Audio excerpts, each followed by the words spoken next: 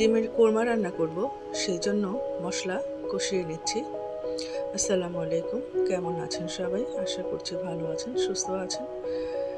কথা কিছুটা বলতে বলতেই আমি কোরমাটা কমপ্লিট করে ফেলেছি, কারণ আমার অফলাইনেই আমি ডিমটা ভেজে রেখেছিলাম। এখন এখানে আমি পেঁয়াজ বেরেস্তা করে নিয়েছি। মুরগির রোস্ট করব বলে আজকে এই ভিডিওটি পয়লা বৈশাখের দিনের করা। তো যাই হোক, আমি পয়লা বৈশাখের সকালের যে ভিডিও পান্তা ইলিশ, সেটার ভিডিও শ্যুট করা হয়নি কোনো কারণে, সেজন্য আপনাদের সামনে আমি উপস্থিত করতে পারছি না। এখানে আমি রোস্ট করার জন্য মশলা কষিয়ে নিচ্ছি। সবসময় যেভাবে আমি রোস্ট তৈরি করি ঠিক সেটাই, অন্য কোনো রেসিপি না, এখানে সাধারণ একটা রেসিপি। তো কেমন আছেন সবাই? আশা করছি ভালো আছেন, সুস্থ আছেন। তো এখানে যদিও পয়লা বৈশাখের ভিডিওটা আপনাদেরকে দেখাচ্ছি, কিন্তু এই যে রান্নাবান্নাগুলো দেখছেন এটা কিন্তু বৈশাখ উপলক্ষে না, এই পয়লা বৈশাখেই আমার ছেলের জন্মদিন। তো ওর জন্মদিন উপলক্ষে আমি ছোট্ট একটা আয়োজন করেছি, সেই আয়োজনটাই আপনাদের সাথে শেয়ার করছি। টক দইটা দিয়ে দিলাম। এখানে আমার বাসায় আজকের পয়লা বৈশাখের দিন আমার বাসার সব সদস্য উপস্থিত নেই, সেই জন্য আমি তেমন কোনো জাঁকজমক কোনো কিছু করছি না। যখন সবাই উপস্থিত থাকবে তখন আমি আবার করে নেব। এখন আমার ছেলের জন্য শুধুমাত্র অল্প স্বল্প কিছু রান্না করছি আমি। তো এখানে আমি একটা মুরগি রোস্ট করেছি যেন আমার ছেলে মেয়ে খেতে পারে। যেহেতু বাসায় প্রত্যেকটা সদস্যের উপস্থিতি নেই, কিছু সদস্য কম আছে, সেজন্য আমি বড় করে কোনো কিছু করছি না, সেরকম জাঁকজমক করে কিছু করছি না, যেটা আমার করার কথা ছিল, কিন্তু কোনো একটা পরিস্থিতির কারণে আমি সেটা করতে পারছি না। তো ওখানে কথা বলতে বলতে আমার কিন্তু রোস্টটা কমপ্লিট হয়ে গিয়েছে।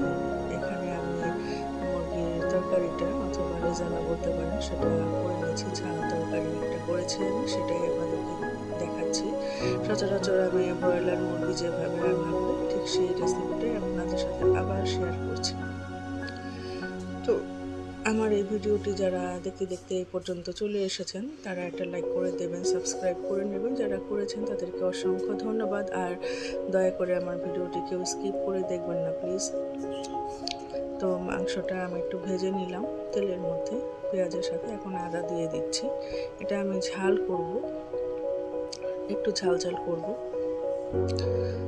তো যেহেতু আমার বাসায় একটা সদস্যের উপস্থিতি নেই, সেই জন্য আমার খাবারের মেনুগুলো কিন্তু চেঞ্জ হয়ে গিয়েছে। একরকম করে করার কথা ছিল, আর একরকম হয়ে গেছে। এখানে আমি পোলাওটা করে ফেলছি, সেটা সামান্য একটু আপনাদেরকে দেখিয়ে দিলাম।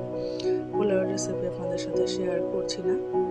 তো এখানে হলুদ মরিচের গুঁড়া আমি একটু গুলে নিয়েছি, সেটাই দিয়ে দিলাম আমার সেই স্পেশাল মশলাটা, যেটা আমি বাসায় তৈরি করে রাখি। তো এটাকে আমি ঝাল ঝাল ভুনা করবো, একটু গরম পানি দিয়ে নিলাম, সামান্য একটু ঝোলও রাখবো, কারণ এখানে আমার বাচ্চারা খাবে, ওরা আবার একটু ঝোল খেতে চায়। দেখুন পোলাওটা আমার হয়ে এসেছে, এটাকে আমি একটু নেড়ে দিব।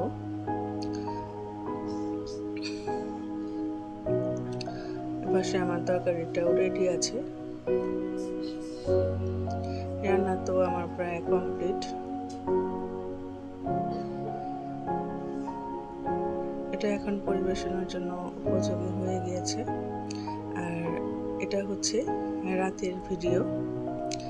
এটা আমি আবার রাতে রান্না করছি। এটা আমি আমার বাচ্চাদের জন্য একটু চিকেন বিরিয়ানি রান্না করব, তো সেটাই করে নিচ্ছি।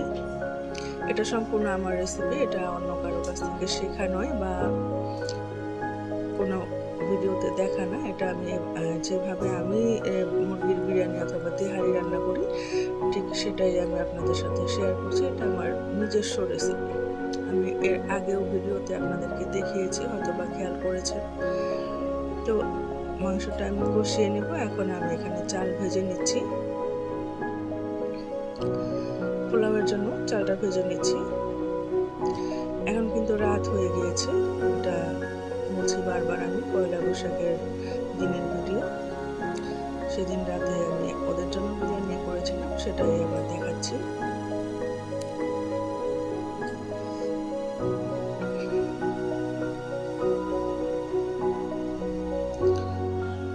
এখানে এটা হয়ে গেলে আমি একটু একটু পানি থাকতেই মাংসগুলো মিলিয়ে ফেলেছি, যেন মাংসের ঝোলগুলো চালের সাথে খুব ভালোভাবে মিশে যায়। এটাকে এখন দমে আমি রান্না করব। এই বিরিয়ানিটা খেতে খুবই টেস্ট হয়, আমার বাচ্চারা খুবই পছন্দ করে। এটা একটা ইউনিক স্বাদের বিরিয়ানি হয়, আমার কাছেও ভালো লাগে। তো যা হোক, এটাকে এখন আমি দমে রাখবো। পোলাও যেটা রান্না করেছিলাম সেটা কিন্তু দুপুরের জন্য ছিল, আর এখন এটা বিরিয়ানি রান্না করেছি। এখান থেকে কিন্তু আমি কিছুটা তুলে নিয়েছি ওদেরকে খাওয়ানোর জন্য কিছু। তারপরে এই যে এটা তুলে নিয়েছিলাম, তারপরে আমি ডিশের বাকি পোলাওগুলো আপনাদেরকে দেখিয়েছি। এখন এটা ওরা খাবে, সেটাই এখন একটু পরিবেশন করে দেখে নিয়েছি। এই জন্য আমার ছেলের জন্মদিনের উপলক্ষে ওর কিছু ছবি শেয়ার করি। আমার ছেলে ছোট থেকে কীভাবে বড় হলো সেটাই দেখলেন আপনারা এতক্ষণ, সেজন্য আপনারা দোয়া করবেন।